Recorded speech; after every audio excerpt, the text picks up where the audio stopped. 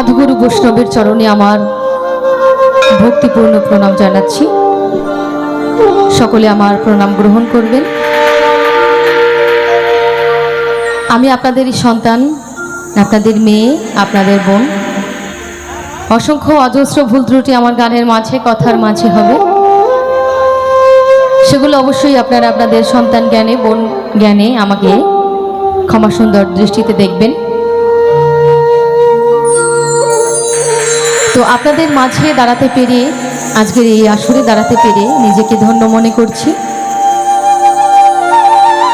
আপনাদের আশীর্বাদ ছাড়া আসলে কিছুই সম্ভব নয়।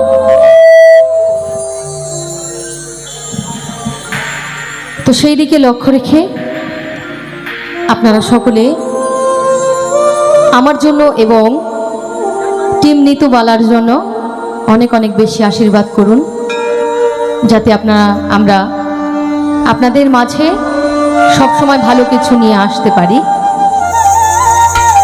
তো কমিটির দাদাদের অনুরোধে প্রথমেই গীতা পাঠের মধ্যে দিয়ে আজকের আসর আরম্ভ করতে চলেছি। অবশ্যই আমার পাঠের মধ্যে অনেক ভুল ত্রুটি হবে, আপনারা সকলে ক্ষমা সুন্দর দৃষ্টিতে দেখবেন।